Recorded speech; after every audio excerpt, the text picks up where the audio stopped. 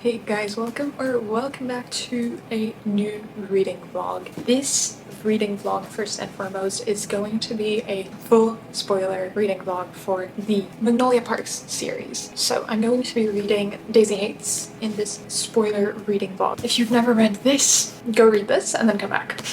Go watch my reading vlog of this one and then come back and we can enjoy reading Daisy Hates. I do want to go back and annotate two chapters that I didn't annotate in this book because I was on the train and I was reading them on my Kindle because I was too embarrassed to write in a book on the train in public. My anxiety got the best of me that day, so I have two chapters that I want to go ahead and re-annotate. I'm going to go back, read a few quotes, get back into the world a little bit by going over Magnolia Parks, and then once that is done, I can finally start Daisy Hates. I've been pushing it off and pushing it off and pushing it off, and today is the day I am continuing.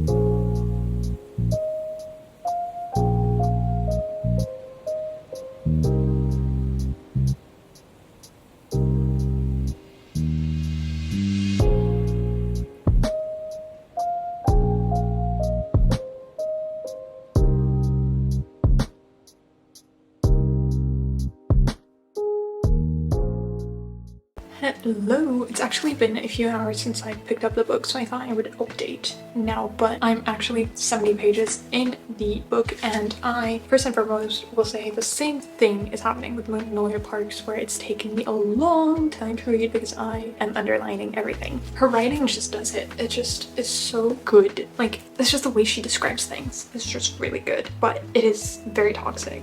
And this book, actually I was gonna say it's even more toxic. It's definitely not, but I think that Christian's character is very interesting. I'm not his biggest fan so far. Like, I like him, but I feel like the charm of BJ is that he's so in love with Magnolia, but obviously with this, since Christian is in love with Magnolia too, like, you do understand that he has feelings for Daisy, but he doesn't admit it to himself, and so he acts kind of like a prick. But they all kind of act like that anyway. But let me first say, I was surprised that Julian has a point of view in this book, because I knew that he had a point of view in this book, but I didn't know that he would also appear in this book. So I'm very happy that he is in this book, and I think we're gonna get his kind of like reasoning backstory of why he's also in love with Magnolia. Because they're all in love with Magnolia, I swear. The only ones who aren't are Jonah and Henry. The rest of them are. Really like him so far. Like, I literally, first chapter he appeared, I said, I wrote it down.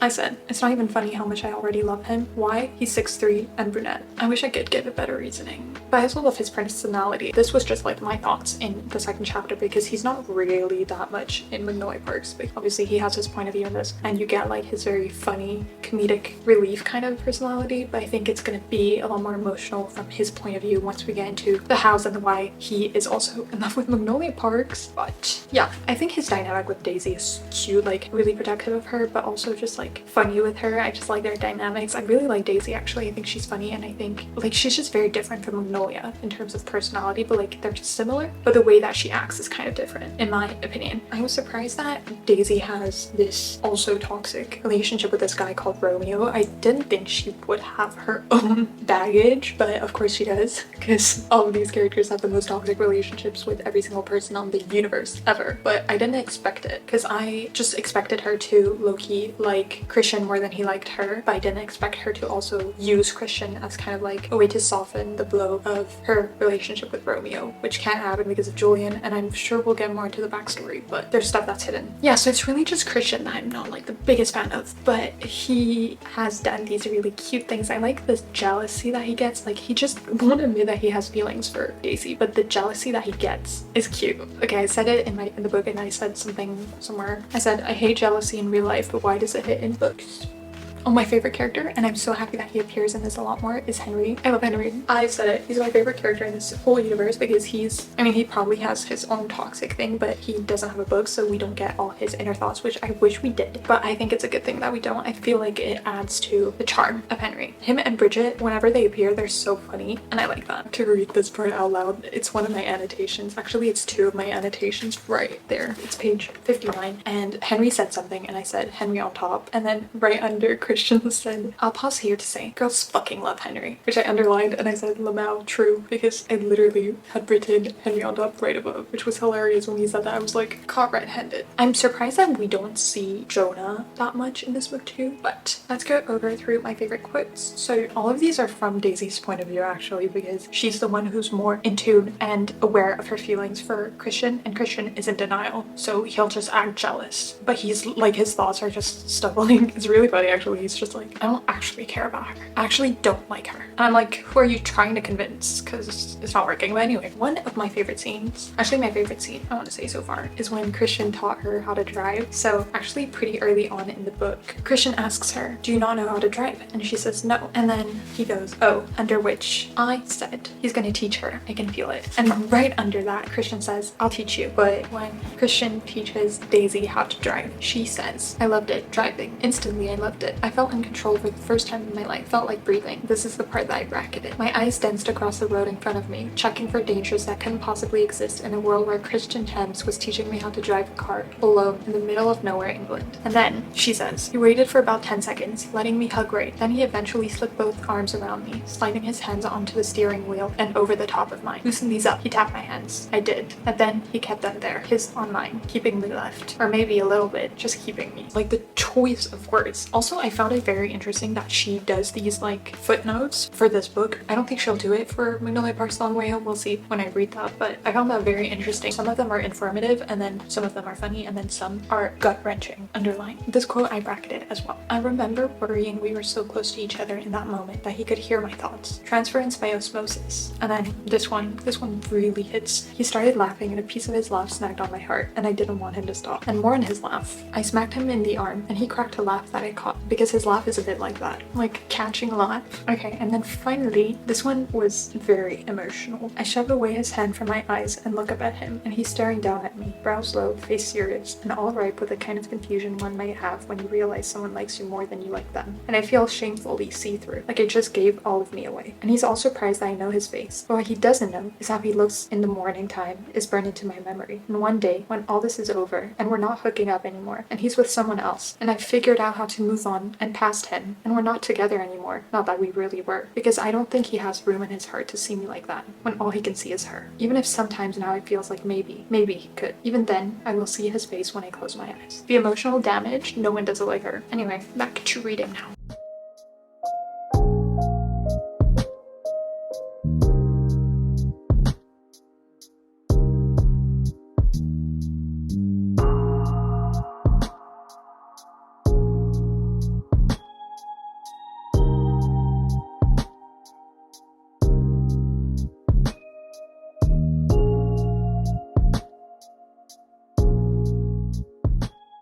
Hello, it is update time on Daily Hates. I am now at page 120, so I read 50 more pages, quick math. But okay, so what happened in all of these pages was we got the moment where Daisy found out that Christian was in love with Magnolia and that he would use Daisy to like pretend that he's not. That was really sad, but I think Christian also is having like conflicting feelings. He's just not aware. He's still convinced that he likes Magnolia only. I wrote a few things down, but that's really funny. I'm like, how can he be so stupid? And then we got a little bit of Daisy and Romeo, their dynamics as well. And I think that's pretty much all that happened. There's also still the cop Tiller or something. And from Julian's point of view, there's not a lot that's been happening, which is a bit sad because I really like his character, but I think this is more Daisy and Christian. And I'm pretty sure that the second book of Daisy Hates follows Julian more, if I'm not mistaken. I don't know. But let's go over the quotes. This one is Christian. I thought it was cute. A silent hovers between us. We have silences a lot. I like them usually. Usually with her being quiet feels like I'm alone, and I never feel like I'm alone when I'm with someone else. This one is when Daisy is talking about Romeo, and I don't know why, but I thought it was like quite sad, but still pretty powerful. There are a lot of metaphors for things I could compare him to. The best one I could give you is inosculation. Once upon a time, we were two trees, and then our branches touched, and our barks were abraded, our chemion mixed, and then we bent around one another, and our limbs fused, and neither hell, high water, nor hates has managed to successfully hack us away from one another. Julian's hacked away bits of what we were, forbidden us from being what we wanted to be, but we still have this. And then Julian talks about Romeo and Daisy, and he said, it's hard to describe what they were before. Something between the friend you've had all your life that you sat in muddy puddles with when you were small, to that strange infatuation with the first person you fall in love with. I thought this part was quite sad, but also it pretty much really well summarizes their friend group, and I liked it, so let me read it. It's kind of long. Here's what I've worked out. Something happened between Magnolia and Christian, and whatever it was, however it went down, it made everything for that group of boys strange and shitty. I also know that it's something that they all ignore now, pretend like it never happened, except it fucking did happen. And now it's just a thing that happened that they don't acknowledge but move around like a corpse in a room. It lays there, decaying, stinking up the whole place, and all they've done is throw a blanket over it and pretend that there's no whole ass elephant rotting away in the middle of their friendship group. Truth. That's literally how it is. Oh, I also like this. It's Daisy talking about BJ and Magnolia. It's fascinating, actually, being in a room with them. It doesn't matter who they're around or what they're doing. It's almost trance-like the way they move towards one another, like moths to flames. Romantic. Nearly. Oh, okay, this one is when Daisy talks about how she feels for Christian and he's in love with Magnolia, and it's literally horrible. And then I saw Christian watching BJ and Magnolia from the other side of the room, and honestly, my heart searched for him. I know the feeling now myself. Now I live with it. He looked so sad, so hopeless, so stuck. And so here's the fucked up thing. Seeing him love her made me like him more than I liked him before. Not because I'm a masochist, but because my friend with benefit became a human with a heart. I could see through his heart, and I knew that loving his best friend's girlfriend would kill him. I could see it in the way he watched them, the fresh pain all over him trying his best to hide it. If I had the foresight, I would have known what all this meant. Him trying his best to hide it would mean he'd have to rip my heart from its chest, rub my love all over himself to cover the scent and throw them off. If I had the foresight, I would have known it would kill me. But with or without foresight, I would let him again and again and again. The most annoying and saddest part is that she would let him hurt her like this because she likes him. And then this one I liked. It's just a really short quote, and it's from Christian's point of view, and it goes, memories are funny, don't you think? Creep up on you, break through the ground of your mind like a weed, even when they don't have permission to be there. Which was so funny because he talks about the 3 memories that he has with like him and his brother, BJ's face when he was kissing Magnolia, and then a random memory about Daisy the first time that he saw her or something. And he's like, how Daisy looked that night lived in my brain rent-free, 365 days a year. Ordering coffee, Daisy's face. Filling up my car, Daisy's face. Buying milk, Daisy's face. Just a good face, I guess. And I said, ha, men are so dumb. Because he's literally so stupid. I think I further down said that he had like 2 brain cells. Yeah, here. He goes, I don't let go of her wrist. I know I probably should. I can't say I really want to though. A bit weird. As if that's weird. He's so stupid. Just want to scream at him. You're in love with her, stupid. Like, I know he's still in love with Magnolia, but I guess he's in love with 2 people. It's Christian still, and he says, she smiles up at me playfully. She looks so happy. I like it when she looks happy. Okay, I think that's it. That was a lot, but those were my favorite parts that happened. My favorite scene is still the car. The car scene was so cute. I expected it to happen a lot further down in the book because in the beginning, she says that he's going to teach her how to drive. She's like, but more on that later, and I thought it would be like much later. But it was pretty early in the book, and it was so cute. But I'm actually curious to see how it's gonna go if Christian is ever gonna acknowledge the fact that he has feelings. I mean, obviously I know how it's gonna go because in this book, when I was underlining the chapters that I missed from the train, it was actually the chapter where Christian and Daisy have a fight at Julian's birthday party. So I actually know that it's not gonna go well, but I hope that the ending is at least not as bad as this one, because I mean, that was predictable what happened with BJ and Hiiiii, whatever, but it was bad. It was really bad. So hopefully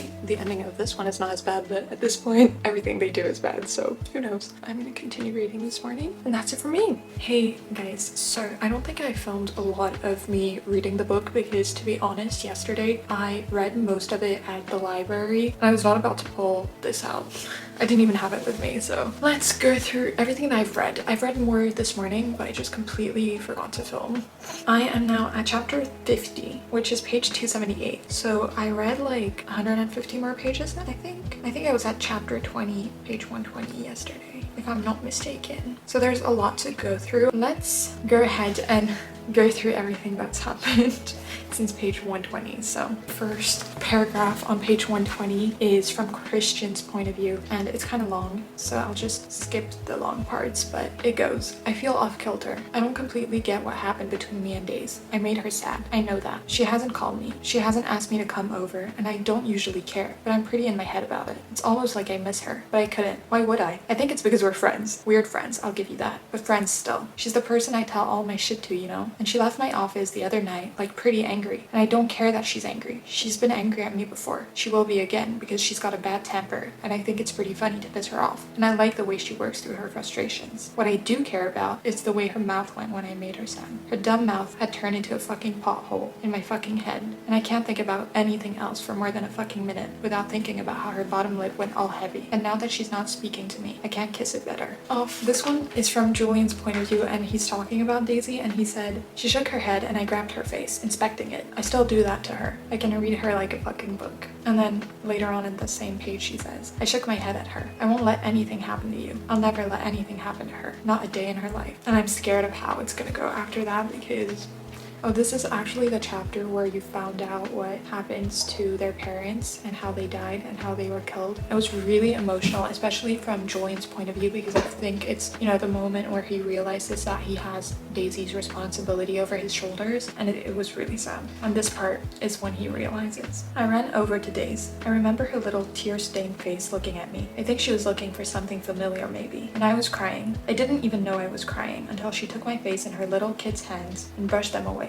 Even though we didn't know for sure at the time that our parents were dead, I knew it. I could feel it. The change in the air, that Daisy was mine now, my responsibility. Oh yeah, this one was cute too. It's when Julian says that they did a lot of therapy, him and Daisy, obviously after their parents died. And he said, hardest thing I've ever done. Probably the most worthwhile though. And I think like, from all the characters, I think he's the most in tune with everything. Like he's definitely the most level-headed. At least so far, he's just the least stupid. He's quite self-aware compared to the others. And I think that is honestly such a breath of fresh air when you read this book because everyone's acting so ignorant and stupid and quite messed up. But that's obviously why it's enjoyable. But it's nice to have Julian be like a little bit of a relief sometimes. Okay, this is another big paragraph from Julian's point of view that I loved. And I'll die one day, and God willing, it'll be in my bed at the hands of age, time, and no one else. I don't care if I die, honestly. Though I prefer not to do it soon. I have a lot of fun being alive. I'm not one of those men who's stressed about leaving my mark on the world. The world went on fine before I was part of it. It'll keep being fine after I'm gone. None of that shit worries me. What worries me is keeping my sister alive. She's the pressure point, and there's nothing I can do about it. Can't get rid of her, can't love her less. She's just this wide, exposed, gaping nerve I have for the whole fucking world to press on. That was quite sad. Oh, and then it was the chapter where Christian finally realized that he liked Daisy. It was honestly such a funny chapter with Henry and Tora, but it was so funny when he goes, I feel like she'd think I'm stupid now. Wonder how she'd feel about me kissing Tora's axe to prove that I don't have feelings for her, which I don't, except that,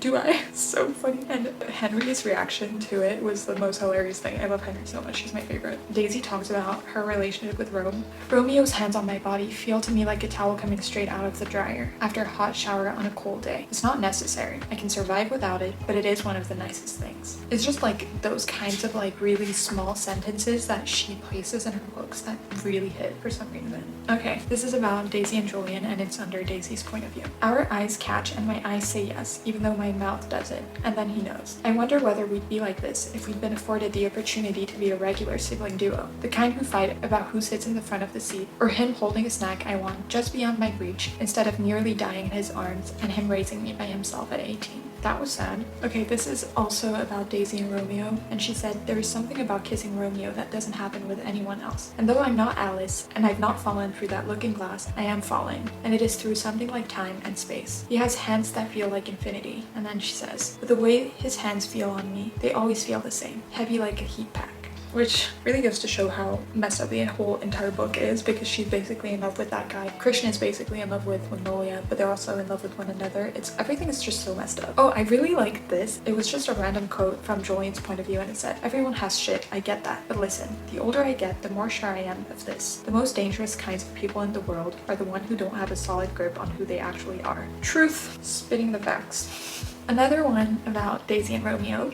There's a lot of Daisy and Romeo because this is before Christian realizes that he likes Daisy. So she says, "There is a part of me that worries we're on track, loving each other in this stupid way, hating each other in the moments between, and we're just what we are. This disfigured, maladjusted version of a committed couple. But the commitment isn't necessarily by choice. It's just an unbreakable habit that makes you feel better and worse in one fell swoop." Which honestly, I've been underlining the quotes about her and Romeo because they remind me a lot of Magnolia and BJ.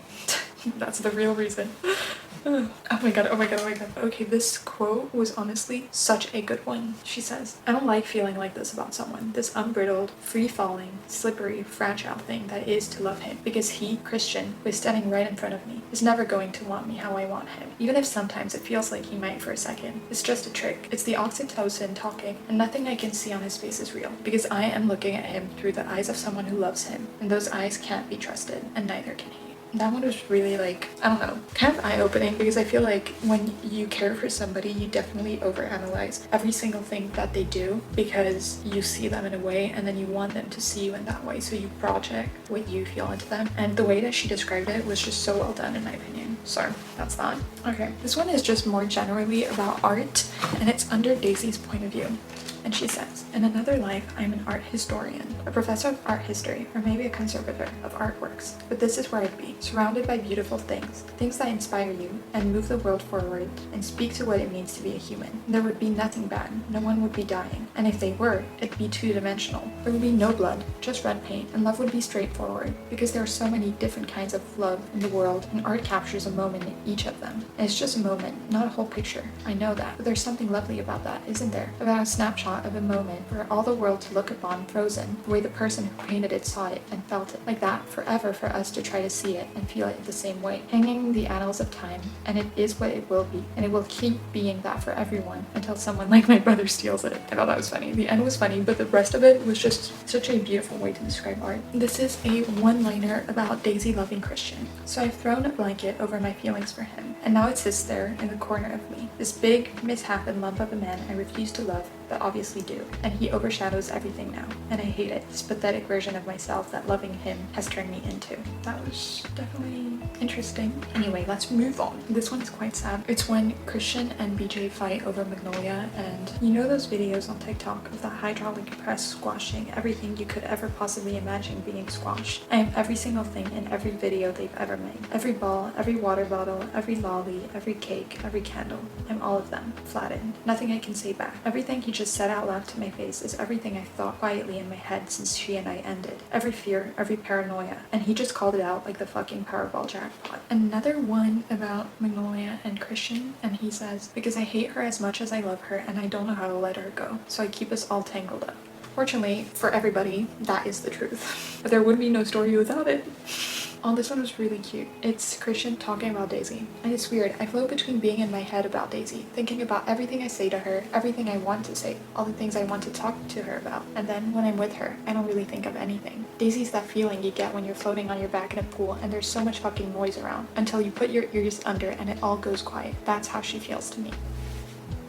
And this one, honestly, like, I had a lot of trouble with Christian throughout the entire book because he's just stupid and I just wanted him to be honest with Daisy. But this quote, that's the part where I was like, I understand. I actually understand. He said, "I spent too many years giving a shit and trying to be close to a girl who doesn't want me. I can't put myself out there how she wants me to because I don't reckon I could handle how it would feel a few months from now if she turns around and decides she likes Romeo more than me after all." This one's about Magnolia. He's fighting with her and she says, "Are you done?" And he goes, "Nope, I should be done. I can feel myself crossing a line that I shouldn't. The one where I get angry at her and yell because it's the embers of the fire we had that I used to be able to stoke in different ways. And now yelling at her is all I've got left." That was weighted. Julian talking about Daisy, you're not ready. "I know me and her have a weird relationship, somewhere between my sister, my kid, and my best friend. She might be all of the above, but of all the things she is to me, she is absolutely and irrevocably my way home." Hello? this was one of my favorite scenes. It was when Daisy and BJ were talking, and BJ was basically telling her that he suspects that Christian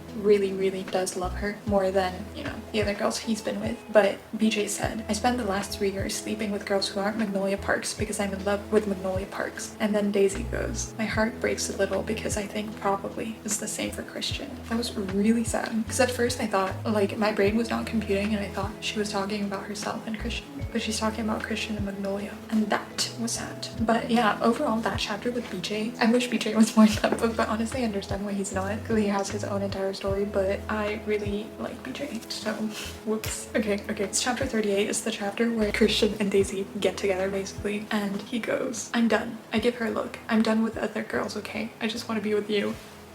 And then it goes, she blinks. 4. I count each time. Calling her eyes brown is underselling them, like the inside of a Galaxy bar, the caramel one. And then, this was my favorite part, one of my favorite parts ever. Daisy goes, were you jealous? He goes, of you? Sleeping with him? Yeah. Daisy goes, we don't do jealous. We do now. It's the way my eyes go boop blind at all the toxic things they do to one another whenever they have a cute moment. Chapter 40, and it's Christian being all excited for their first date, and when he pulls up and she's all like ready, beautiful, and she says, I get this stressed out pang of sadness that he's putting in little effort. He just looks how he always does. And a lot of me is self-conscious of what I'm wearing. I put in effort, which seems to be a metaphor of us. That I'm nothing worth putting in effort for. That he'll not try for me at all, and I'll die trying for him. But then when he reveals that they're doing nothing because that's her dream, honestly, that might have been even better than anything BJ did for Magnolia. Okay, that's not true, but that moment was just, that's the moment where I was actually like starting to love Christian, because most of the book I was just like, ugh, he pisses me off a little. But that part and like the whole chapter of them going to her favorite places, he brings her to IKEA to do nothing, and then they go to the laundromat thing because he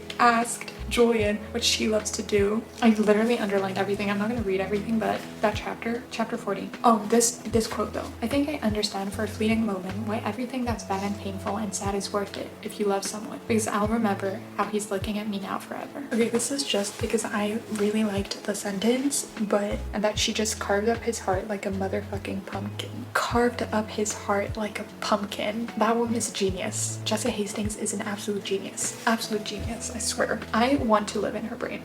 I'm not even joking. But oh my god, okay, this might be my favorite part of all the book, and that's not saying things lightly because you know how much I love the car scene. This moment. So earlier in the book I read the quote that happens right after Daisy touches all of Christian's freckles, but this part, I was so confused too. She goes, he shifts himself so he's on top of me, props himself up on his elbow, covers his own eyes, and reaches out to touch my face, the corner of my top right lip to be precise. Then he moves up a little, taps about halfway between my eye and my mouth, then down to my chin, the center, then over to my other cheek, just above my mouth. I blink a few times as he uncovers his eyes. I know your freckles too, he tells me. I was literally crying.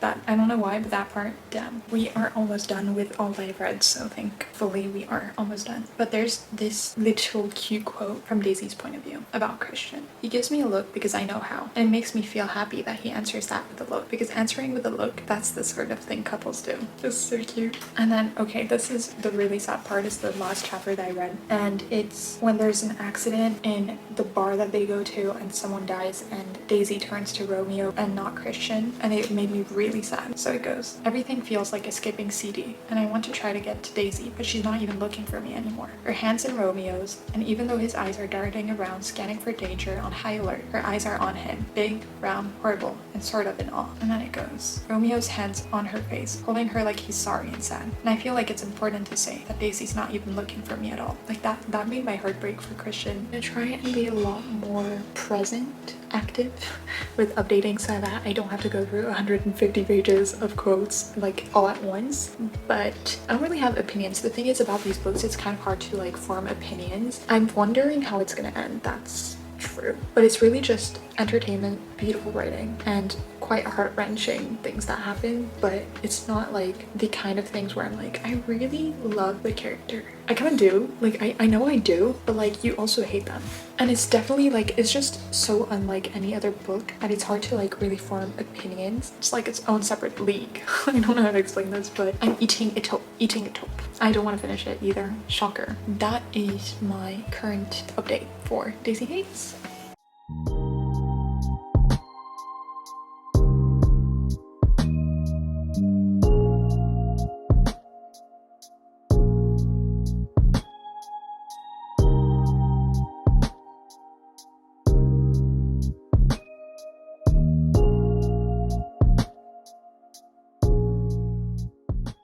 Hello, it's update time on Daisy Hates. I am 50 more pages in, it's the next day. I didn't read quite as much as I had planned yesterday, but I am at page 324, chapter 59, and so let's go over everything that happened in between. A bit earlier than where I am, I was reading the chapter where Christian had left after Daisy turned to Romeo when there was that shooting, and the end of that chapter was just so cute because Daisy was telling him all about her trauma, which was horrible, and like the connection that she has with Rome because of it. And the ending was him, Christian, saying, "I'm sorry I left," and then Daisy goes, "No, I shake my head. I know it's a lot." And then Christian, yeah, he nods, not letting me go. But it's not too much though.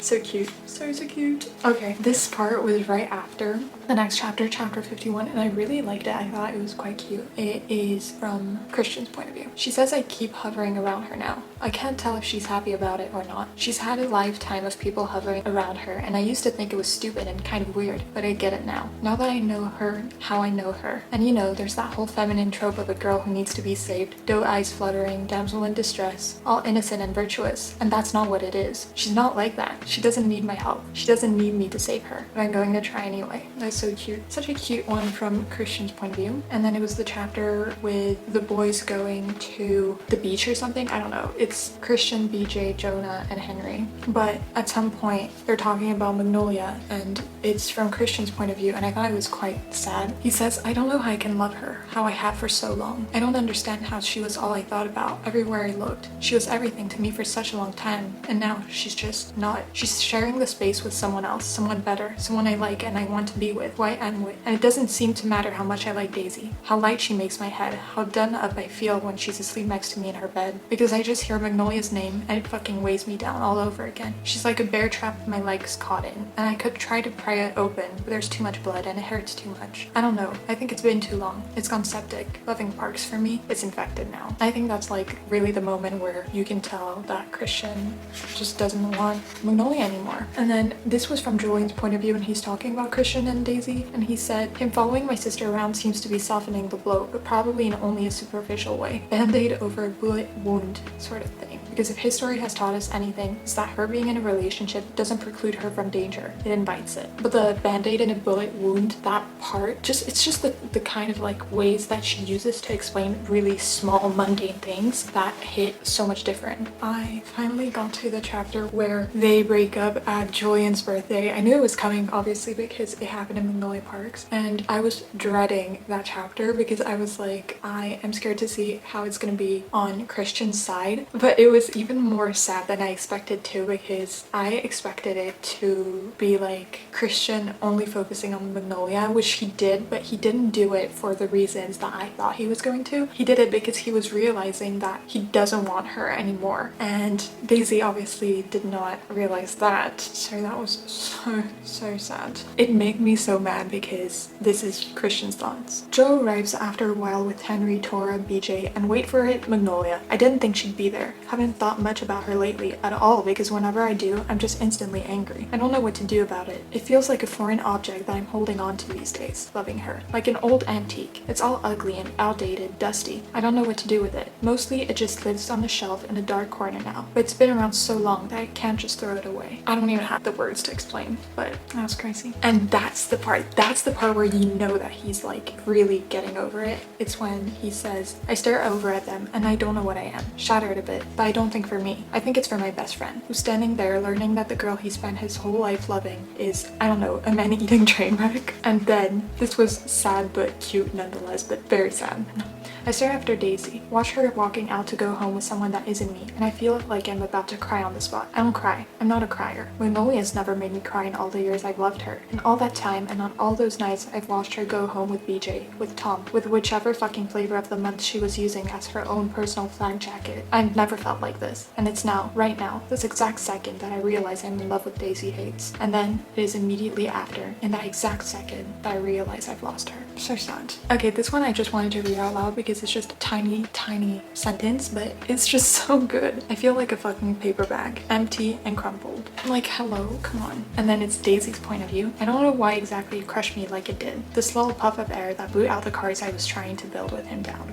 and I was sad. I thought this one was funny, but also kind of sad, but mostly funny. I was laughing out loud. And my heart burst into flames instantly, and not in the good way, in the vampire in the sun way, and not Twilight vampire in the sun, proper ones. Burned to his crisp, blowing away in the wind. Just the Twilight in the sun really made me laugh. And then this is about Romeo and Daisy, but I thought it was actually really sad. Like that whole chapter was really messed up on Daisy's part, but this part was just sad. I trip, he catches me, and he throws me backward, and I'm relieved. Relieved to have his hands on me because it's like my body has 1,000 lacerations all over where my blood is pouring out from, and his wandering hands are what's stopping me from bleeding out. And this one, I am engulfed with a searing pain, visceral pain. I feel it everywhere, all over me, every single inch. You know how after you burn your hands and you run it in cold water, there's 2 seconds of it being okay after you've taken it out, and then the burning comes roaring back? How it's like someone turns up the volume of your pain in stereo. That's how my body feels. Pain in stereo. Pain in stereo. Okay, I think this is one of the last ones that I really wanted to vocalize. Do you know much about supernovas? There are 2 types. Type 1 is when the star accumulates matter from a neighboring star until it ignites a nuclear reaction. Type 2 is when the star runs out of nuclear fuel and collapses under its own gravity. My heart is a type 2 supernova. I loved him so much, so quickly, too soon, and now it's done, and I'm collapsing under the weight of it all. I'm imploding. Oh no, okay.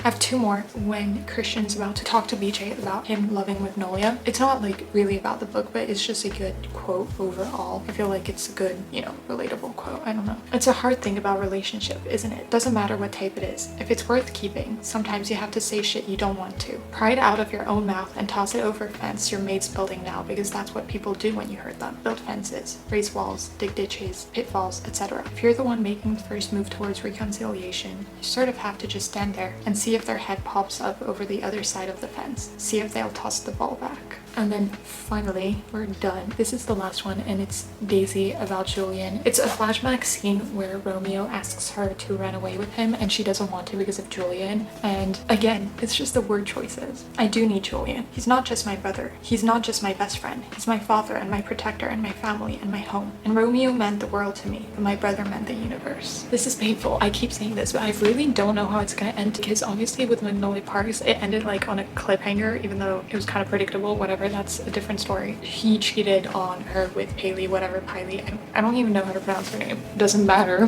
But with this book, I'm like, how is it gonna end? Because I don't even remember if Christian was there when they find out that he cheated on her with Paley, but I think he was. But I feel like surely that's not how this book is gonna end. Like there's gonna be something between him and Daisy. Has to be. Like I'm so curious to see how it's gonna end, but I'm gonna read some more. Hopefully I will finish it today. I have 100 pages left, so that should be doable, but it takes forever to underline, and I'm literally almost done with all the ink in my pen. That's how much I've underlined in this book, and my last 5-star. So to be fair, I've been using the same pen, and this is most likely gonna be a 5-star, I'm thinking, because I don't know, it's just come on. Anyway, let's go.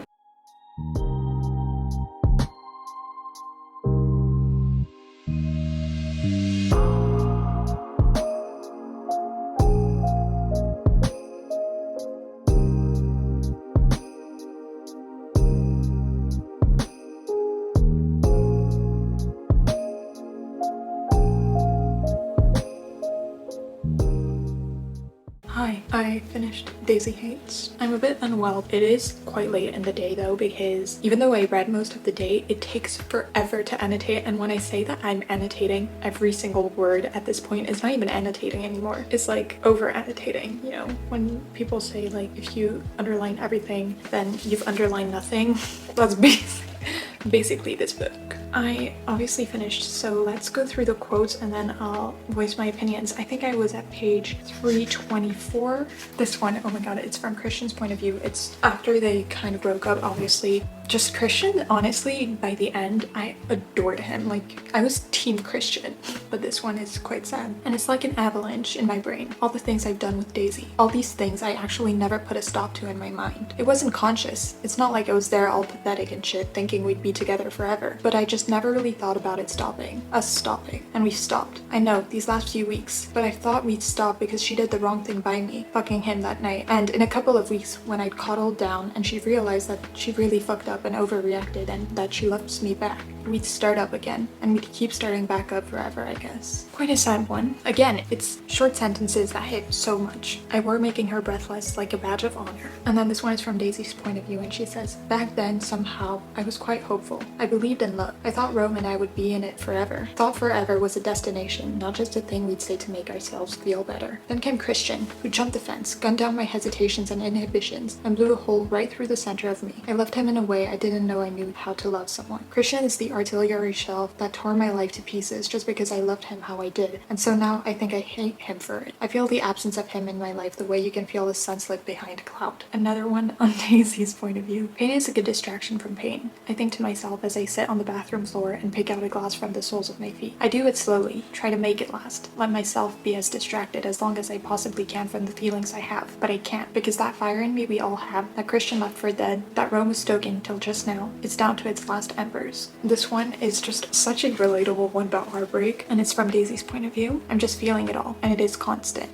Keep you in your bed, don't shower, forget to eat, have a glass of water that you don't touch for a whole day, sit in the dark, no music, no TV, no books, just the overbearing hum of missing him 24/7 in my ears. Constant. And this one, it's one of the ones that impacted me the most. I literally took a picture of it, and that's when I know it impacted me the most, but it's also from Daisy's point of view, and she just says, I didn't know I loved him in the sort of way where when you lose them, you lose you too. I don't know how she does it, I just don't know, but it was so good. This one is from Christian's point of view. Just a great comparison again, and it kind of feels like I'm hit by a wave. You know when you're not paying attention and it's a big swell and you get hit by a wave that's so big that it knocks you under, and the undertow is so strong and yanks you and jerks you around, pounding you against the sand, dragging you over it. That's how it feels. That one was very sad. I hated that chapter because I just hated it, and I'll talk about it in a second, but it's when Christian asks, what did I do to make you hate me so much? And Daisy answers with, you made me fall in love with you. I hate how she pushed him away. I feel like he's come such a long way with his feelings, with dealing with them and stuff like that, and she was pushing him away. And the thing is, I hate what she did, but I feel like in her situation I kind of understand. But like I said, I was full on Team Christian at the end. I was like, why are you pushing him away? It's a lot of miscommunication, but I feel like at the same time what she does so well is that miscommunication is so real that it just hits. It just does. Oh, this one was Daisy about Christian. I think it's the saddest thing I've ever read. I hate it when his eyes are red, because Christian's eyes in general look a little bit red, like he's seen too much. It always looks like something is hurting him. He's not brooding. He's not a broody guy. He's just got a lot of humanity behind his eyes, and I mean that in the way where being human is a lifetime of disappointments and heartbreaks and losses and griefs and mistakes and regrets. And the weight of those things, you can see them behind his eyes. Like he's almost always thinking about how the world works and whether it's ending and how he fits into it all. Oh, this one was really cute. It's just Daisy about Julian, and she says, and it doesn't sound like much, I know, but if my heartbreak was a fever, my brother is the cool cloth they'd lay on my forehead. Cute.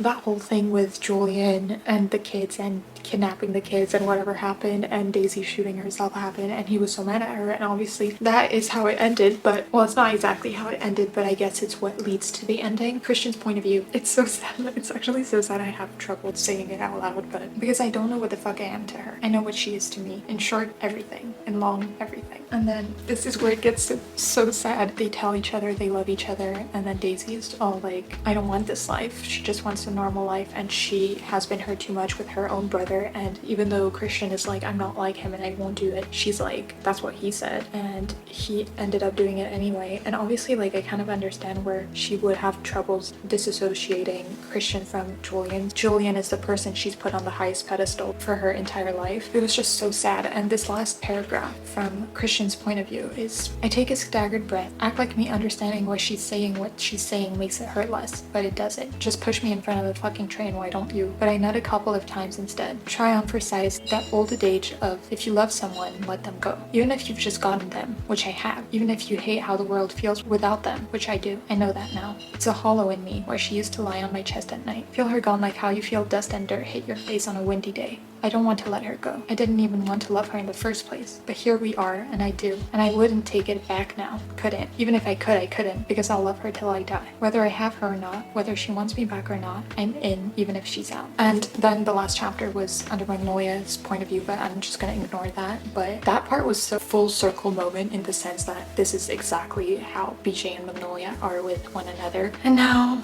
Christian is like that with Daisy. I think the moral of the story about this is just that it's kind of a she falls first, he falls way harder. That's how I see it. But overall, I'm just sad. I'm just sad. And then the last chapter under Magnolia's point of view is also full circle because she basically starts doing what Daisy was doing, like to temper her pain about BJ. But the fact that Christian and Daisy won't speak for 10 months. The second book better have skipped 10 months in the future because I do not want to read about 10 months of them not speaking to one another. I actually think that I have more hope, I guess, for Daisy and Christian. I think because Christian's acting a little bit more mature than BJ. BJ and Magnolia love each other more than Christian and Daisy, at least in the first book, but BJ and Magnolia hurt each other more. And I think Christian is acting more sensible. Like, he kind of tries with communication, just doesn't happen because Daisy's too hurt to let him. But yeah, I think I don't have much to say. Obviously it's a 5-star. It's just, I don't know how she does it. Just the way she writes, the way she explains things, and the way that she can make you hate characters and love them at the same time. There's not a single character in this book that you won't hate, but you'll love them too. And that's why it's painful. And the ending just got me. I was crying when I read that last paragraph, and Christian was basically saying that if he could not love her, he couldn't and he wouldn't. It was just so sad. So sad. I don't want to leave these characters. I'm just like staring at the rest of the Magnolia Park series and I'm like, should I continue? I probably won't, just because I feel like I need breaks from those books because they take so much of everything in me and I need breaks. But I don't think I'll wait as long to read the next two like I did with Daisy Hates and Magnolia Parks, because it has been 3 or 4 months, but I don't think I'll wait that long. Like I said, I want to read one every month, so next one will happen in December. That's all I've got to say really for Daisy Hates. Another 5-star, which is crazy. It's the 3rd of the month, which is absolutely batshit crazy, but